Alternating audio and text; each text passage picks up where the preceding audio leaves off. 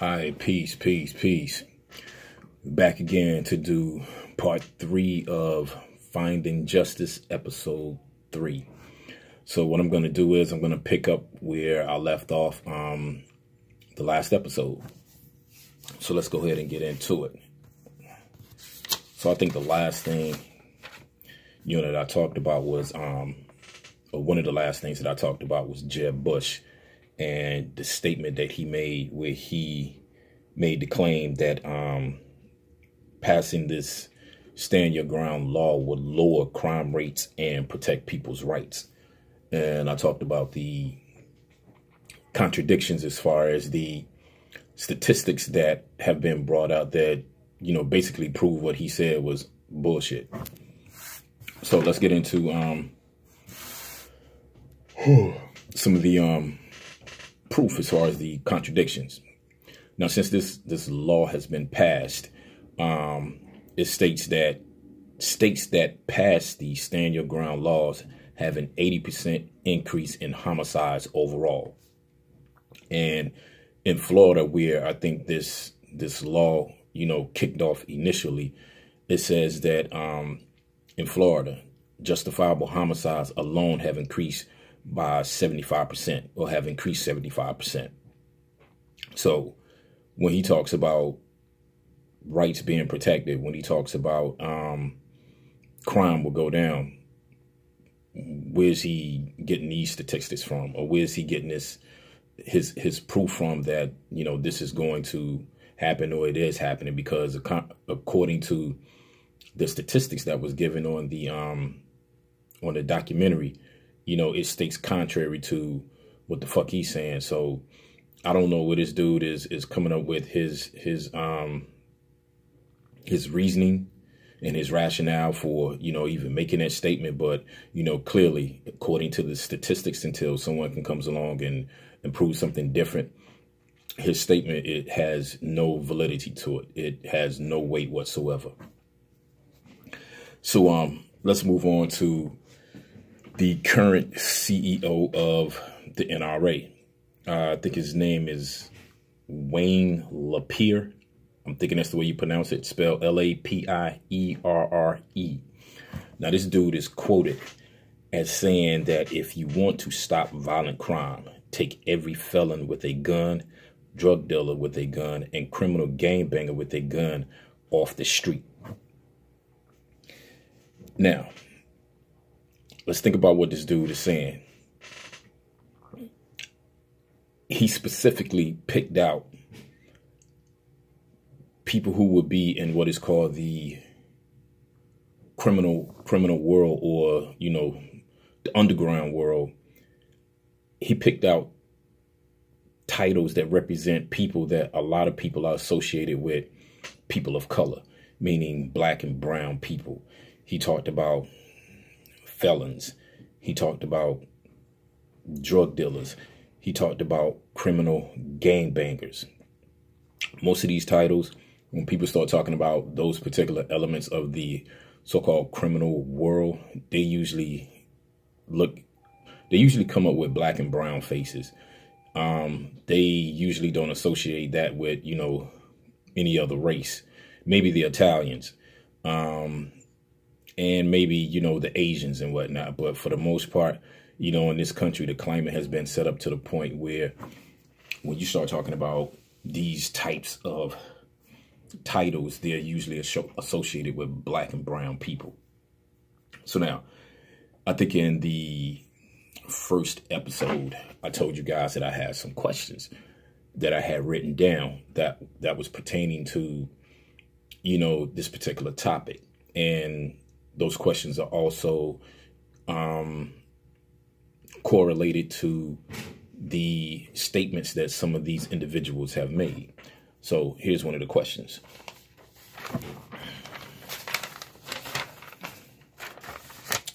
All right, now with this quote that this asshole made, he stated that if you want to stop violent crime, take every felon with a gun, drug dealer with a gun, and criminal gangbanger with a gun off the street.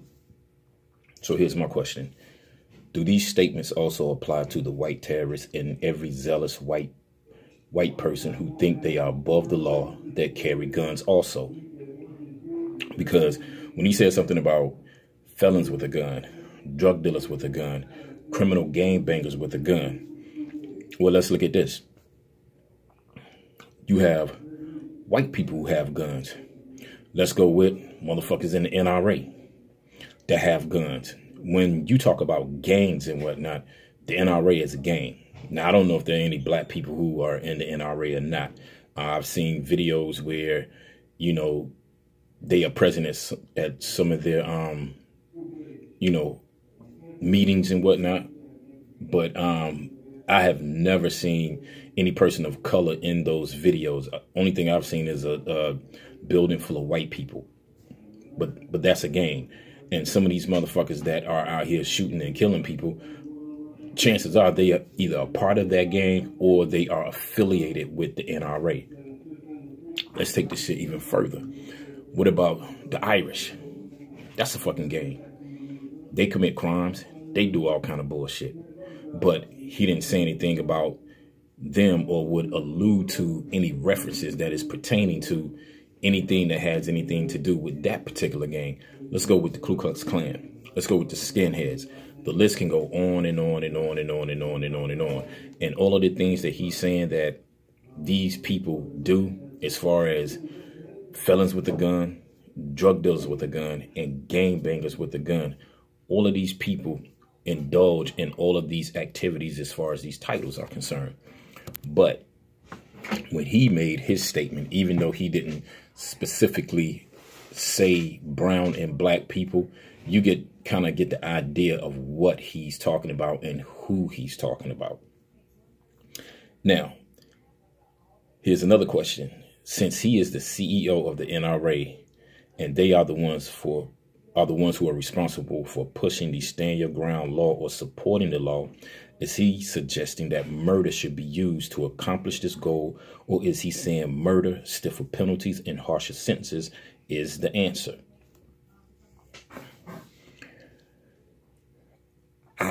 In my opinion, I think that the latter is what he's talking about. Stiffer penalties, and, you know, if the penalties don't work, you know, you just take the motherfuckers out. And from the way things have been looking as far as what has been coming out on social media, what has been making, you know, primetime news, they're shooting first, asking questions later, and the ones that they do not kill, they end up getting arrested and, you know, end up having to go to court, and they're found guilty of whatever crime it is that they, you know, have allegedly committed. Then those penalties that he's talking about, which would be harsher sentences, you know, that's what they're throwing at these cats. And we already know that the majority of the penal system or criminal system, as far as prison and jails are concerned, are being filled up with black and brown men, black men in particular. So to go even further, the NRA has this slogan. Their slogan and symbol is the face and wings of an eagle. And the slogan reads, NRA stand and fight. But that is similar to the stand your ground law. Meaning with the stand your ground law, you're not going to run and retreat. You're going to stand and fight no matter what comes your way. Now, with the NRA slogan, it basically says stand and fight. That's the same shit. Words may be different. Maybe, you know, it's a play on words, but it's the exact same thing. This is the motto of these people. This is the way they think. This is how they do shit. So hopefully in, you know, this is episode 3. We're going to, you know, wrap all of this shit up. So I'm pretty much, you know, done as far as what I have to say about, you know, the documentary as it pertains to, you know, the people who, you know, were in the documentary that were, you know, dropping, you know, tons and tons of information on us. And as well as the people who were representing the person who killed Mr. McLaughlin, which is Michael Drecker. So what I want to get into now, since we're dealing with the NRA, is dealing with the members of the NRA, which happens to be, you know, prominent political figures in this country that, you know, contrary to popular opinion or popular belief, a lot of black people probably voted for these motherfuckers that support the NRA. So I'm going to run through a couple of names. One is Mitch McConnell. He is a U.S. Senator. The other one is Mike Pence, Vice President of the United States. You have John, I think this is Cornyn, C-O-R-N-Y-N, U.S. Senator. You have David Perdue, U.S. Senator. You have Ted Cruz, U.S. Senator. And you have one of the most famous one out of all of these is Sarah Palin, former governor of Alaska. So these are some of your political heads who, you know, support the NRA. They support, you know, what the NRA stands for, you know, and chances are if they support the NRA, then that means they support the stand your ground law. So these are the people that have been elected to govern over the people. And this is who you give your power to. So when you start talking about laws that you feel like are unjust, remember, you are the ones who put these assholes in office. You are the one who has allowed these people to govern over you, but they don't have your best interest at heart. If you don't have money, if you don't have clout like that, then whatever it is that you want to have brought to the table, whatever it is that you want to have put into effect as far as laws, that shit is null and void. The lobbyists, these people have money. Money talks. So whenever you're dealing with laws, and this goes back to what Dr. Claude Anderson said, buy your politicians. All of them are for sale. All of them are for sale. This shit does not work without money. It does not work without greed. It doesn't work without the criminal element. It doesn't work without the what is called the underworld. All of this shit is based on doing some bullshit. It's all based on illegal activity because that shit produces money.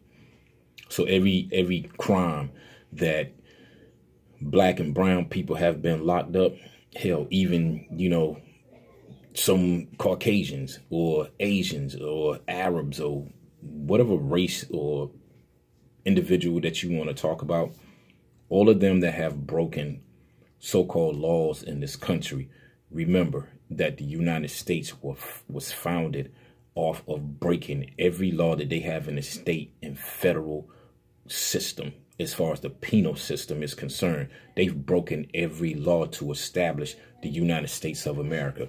So when people start talking about, you know, we got to honor the laws and follow the laws, how the hell can you honor and follow something that this country broke to become what it is today? And then turn around and this country thinks that it has legs to stand on to say that it's justified in locking people up, breaking up homes, breaking up families, destroying lives. That shit does not calculate. That's not good mathematics. So if you want your people to honor you, if you want your people to look at you and respect you as a powerhouse, then you have to do right by your people. And that's not just doing right by Caucasians. That's doing right by everyone that lives in this country, that contributes to this country. And if you do that, then your country will come out to be what it should have always been, even though you represent it as being that. But we already know it's not that. That's just like that saying that they have in New York. You know, they call it the rotten apple. Why? Because once you get to the center of the shit, it's fucked up. But on the outside, it's pretty. It's shined up to make it look, you know, like it's a beautiful thing. But when you get into the core of that shit, you realize how rotten to the core it is.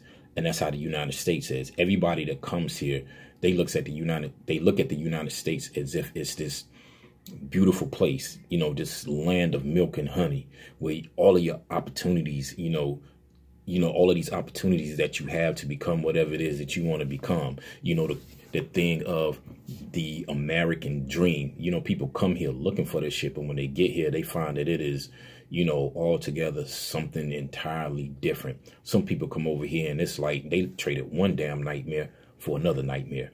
And then the ones who usually make it, and that's not everybody, they usually sell out to get to where they want to be. So, you know, this is the shit that we're dealing with, but let's keep it moving. Okay, we have another question. Will repealing the SYGL, meaning stand your ground law, stop the culture or terrorism of white people? My answer to that is no. With the passing of the SYGL, gun sales in the state of Florida have increased by 250% since its inception in 2005.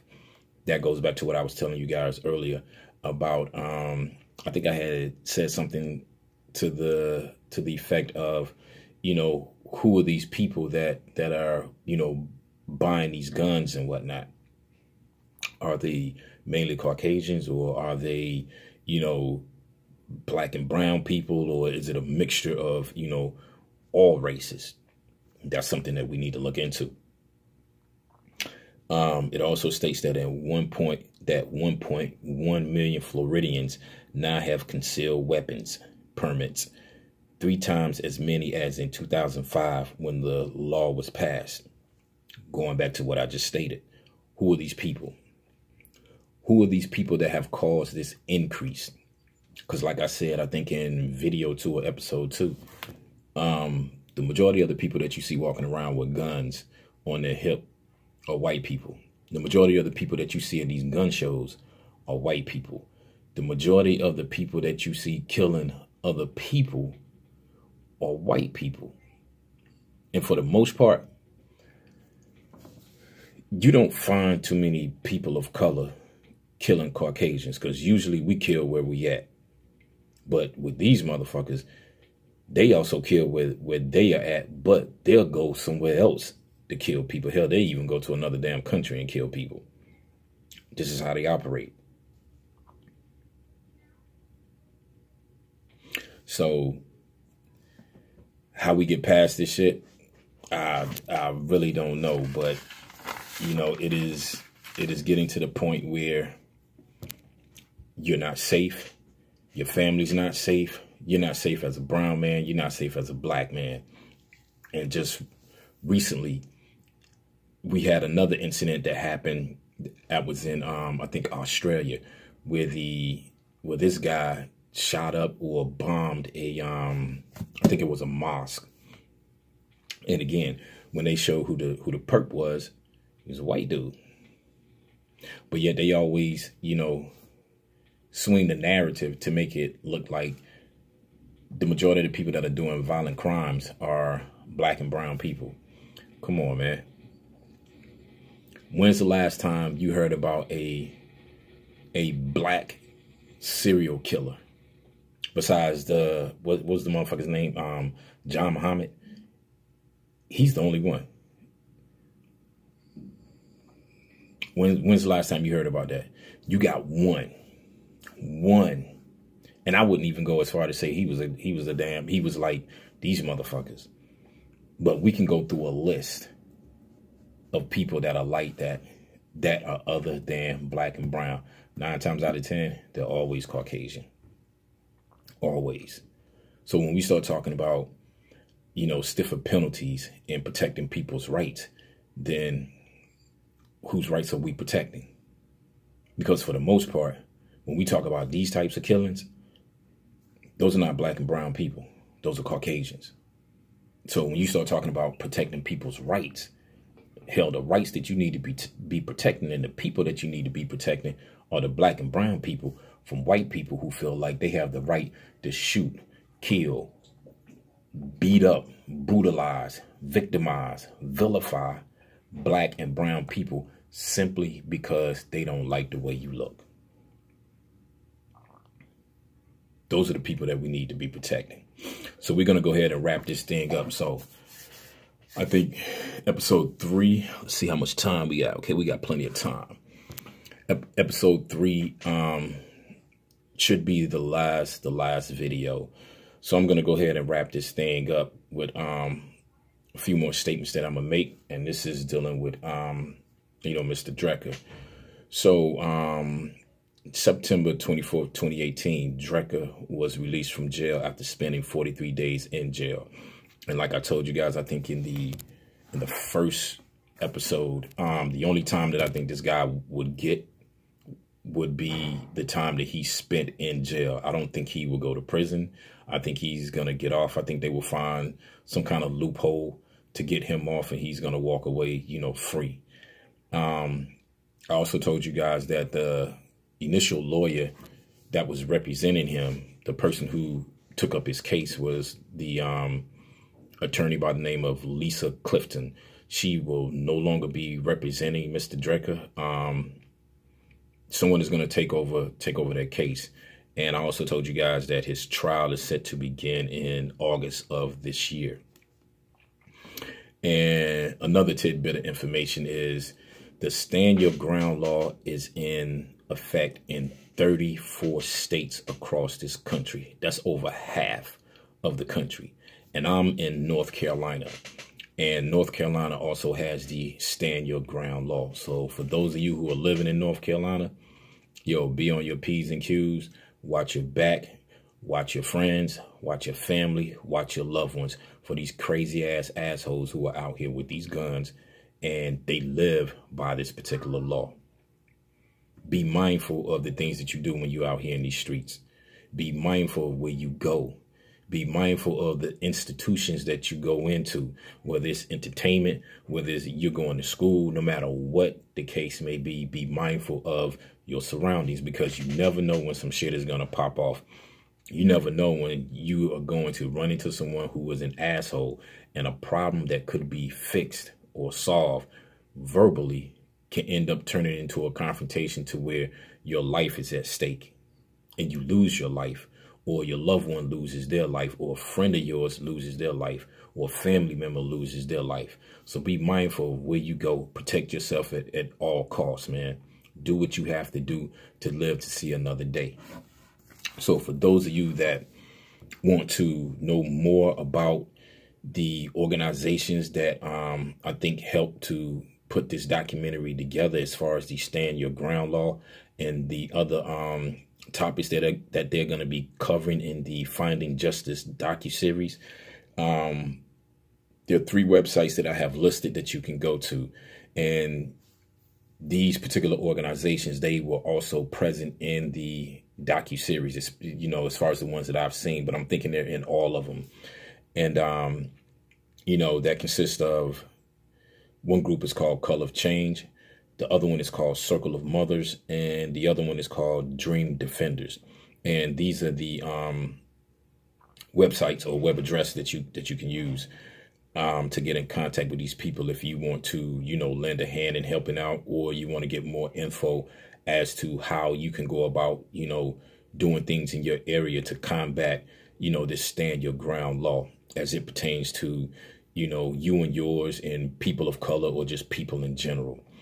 So the first organization's web address is colorofchange.org.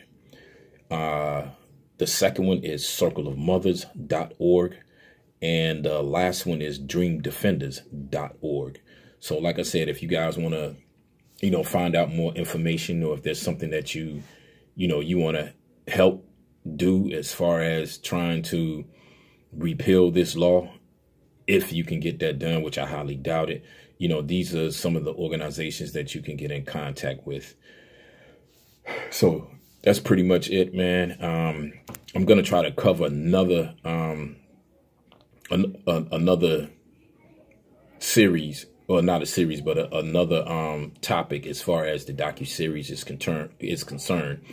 And I think that one is dealing with the policing of the schools. I think that was episode 3, but don't quote me on that. But I know it's one of the episodes that they've already shown. And that will probably be my last video, and I may have to do a series of videos on that as it pertains to, you know, the Finding Justice docuseries. But other than that, you know, it's pretty much it. I think this video is maybe a little longer than the other ones, but, you know, I'm pretty much done with it. I think I've covered everything that I needed to cover. And, you know, if you guys you know, like what I'm doing, man, you think that what I'm doing is necessary, and you like the content, you know, like I said, I didn't say it in the beginning, so I'm saving it for the end. Make sure you subscribe. Make sure you hit the bell notification. And until then, peace and blessings. Hotep. Peace.